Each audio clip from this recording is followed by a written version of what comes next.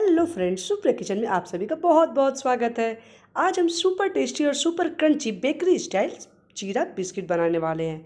और इसके लिए हमें किसी अवन का भी ज़रूरत नहीं होगा और ना ही हम बिस्किट में कोई अंडा वगैरह डालने वाले हैं। सिंपल तरीके से और बहुत ही ज़्यादा टेस्टी और बहुत ही ज़्यादा क्रंची हम जीरा बिस्किट घर पे बनाएंगे। और जीरा बिस्किट हर किसी को पसंद होता है, चाहे बच्चे हो या फिर बड़े, हर किसी को यह बहुत ही ज़्यादा टेस्टी लगता है। तो चलिए आज हम जीरा बिस्किट बनाना स्टार्ट करते हैं।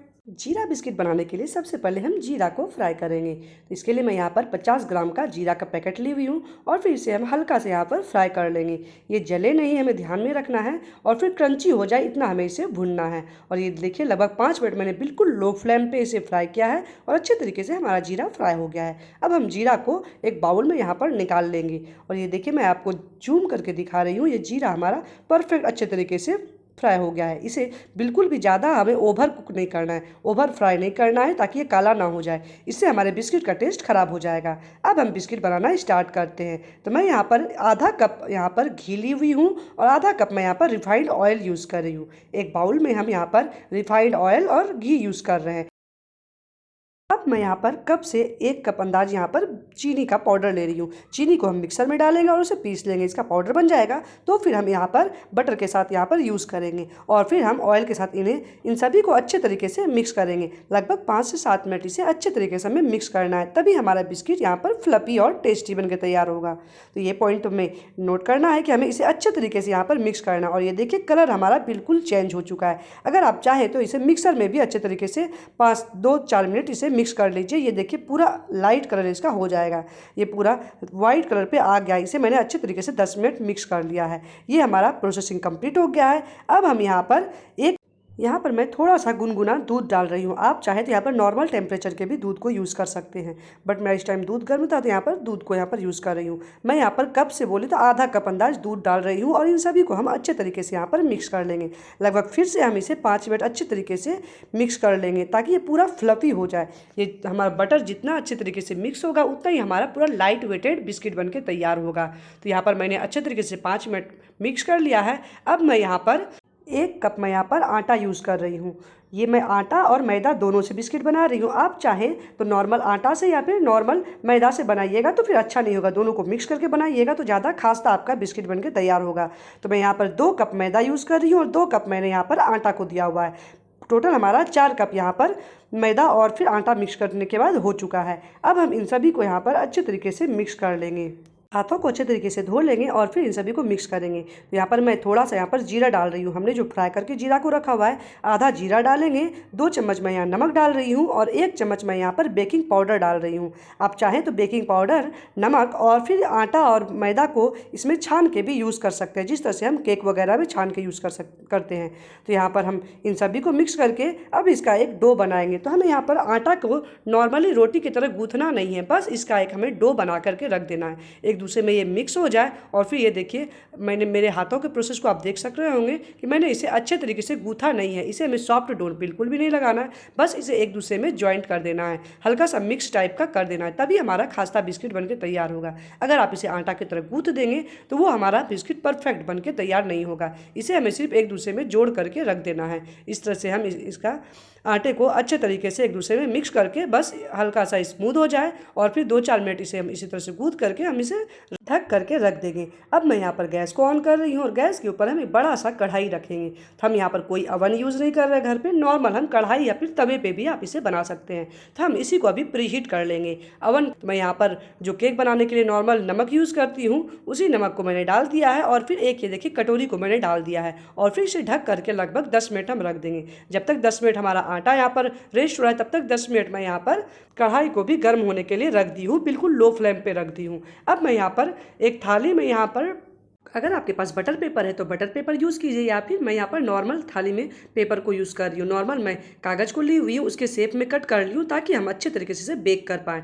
तो सर्कल शेप में कट करके मैंने इसके ऊपर हल्का सा ऑयलिंग कर लिया है ताकि बिस्किट को बनाने के बाद हमें जो बेक करना है, बेकिंग की प्रोसेसिंग के लिए हम यहाँ पर थाली को पहले से ही सेट करके रख लेंगे। तो मैंने यहाँ पर हल्का सा ऑयलिंग कर लिया कागज़ के ऊपर ताकि बिस्किट हमारा चिपके नहीं और हमारा टेस्टी बिस्किट बन के तैयार हो जाए। इसके लिए मैंने ये देखिए थाली को अच्छे तरीके से पेपर से उसके ऊपर डस्टिंग कर लिया है। अगर आप ये प्रोसेसिंग नहीं करना चाहते तो नॉर्मल सा ऑयल आप थाली में लगा लीजिए और फिर उसके ऊपर आटे से डस्टिंग कर लीजिए, वो प्रोसेसिंग भी आप कर सकते हैं। बट मैं यहाँ पर बटर पेपर घर पे ही बना ली हूँ। उसके ऊपर ऑयलिंग करके अब फिर हम यहाँ पर आटा को लेंगे। हमने जो 10 मिनट आटे को रेस्ट पे रखा था, 10 मिनट हमारा हो चुका है। अब हम यहाँ पर आटे को हल्का सा यहाँ पर एक दूसरे में मिक्स कर लेंगे, क्योंकि हमने इसे अच्छे तरीके से गूंथा नहीं है। तो ये देखिए थोड़ा थोड़ा करके टूट रहा है। बिल्कुल हमें इसे एक डो की तरह बना लेना है। ये देखिए मैंने मेरे हाथों के प्रोसेसिंग को देखे, इस तरह से मैंने इसे जोड़ते हुए, इसे चिपकाते हुए हल्का हाथों की मदद से हम ये आटे के डो को इस तरह से फैला लेंगे, क्योंकि ये बेलन के मदद से भी नहीं होगा। इसे मैंने हाथों की मदद से ये देखिए चौकोर शेप में इसे हम इस तरह से फैला लेंगे,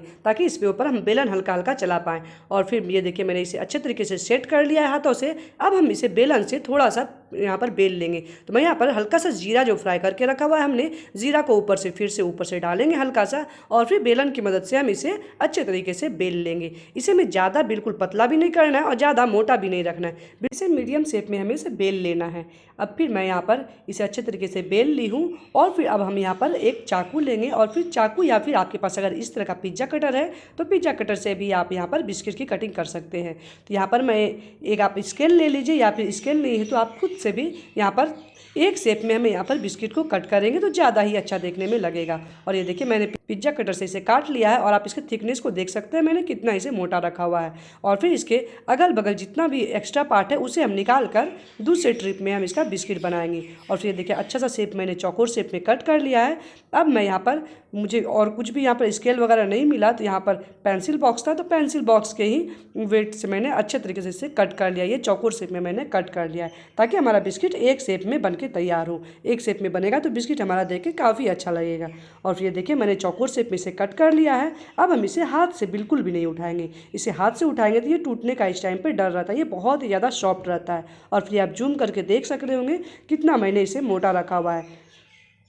अब इसे हम यहाँ पर इस तरह की कलछी की मदद से मैं यहाँ पर सभी बिस्किट को उठा करके यहाँ पर जो हमने बटर पेपर लगा करके रखा हुआ है थाली में, इस थाली के ऊपर हम यहाँ पर सेट कर लेंगे। सभी बिस्कुट को एडजस्ट कर लेंगे, और फिर ये एक दूसरे में चिपके नहीं, थोड़ा सा हमें इसे अलग अलग ही रखना है। और फिर ये देखिए मैंने थाली में सभी बिस्किट को अच्छे तरीके से सेट कर लिया है। अब हमने यहाँ पर कढ़ाई को गर्म होने के लिए दिया है। कढ़ाई में हम यहाँ पर बिस्किट के प्लेट को रखेंगे, और फिर अब इसे हम ढक करके लगभग 15 मिनट अच्छे तरीके से बेक करेंगे। तो यहाँ पर आप गैस के फ्लेम को देख लीजिए, मैंने 5 मिनट इसे हाई फ्लेम पे रखा हुआ है। और यहाँ पर टाइमिंग भी मैंने दिखा दिया था कि मैंने शाम के टाइम 3:45 बजे इसे बनाना स्टार्ट किया था। अब मैंने एक बैचेस को तो रख दिया है बेक होने के लिए बिस्कुट को। अब दूसरे बैचेस के बिस्किट को हम यहाँ पर फटाफट से बेल करके इसकी भी हम कटिंग कर लेते हैं। गैस को हमने जो हाई फ्लेम पे किया है, सिर्फ 5 मिनट हमें हाई फ्लेम पे बिस्कुट को बेक करना है।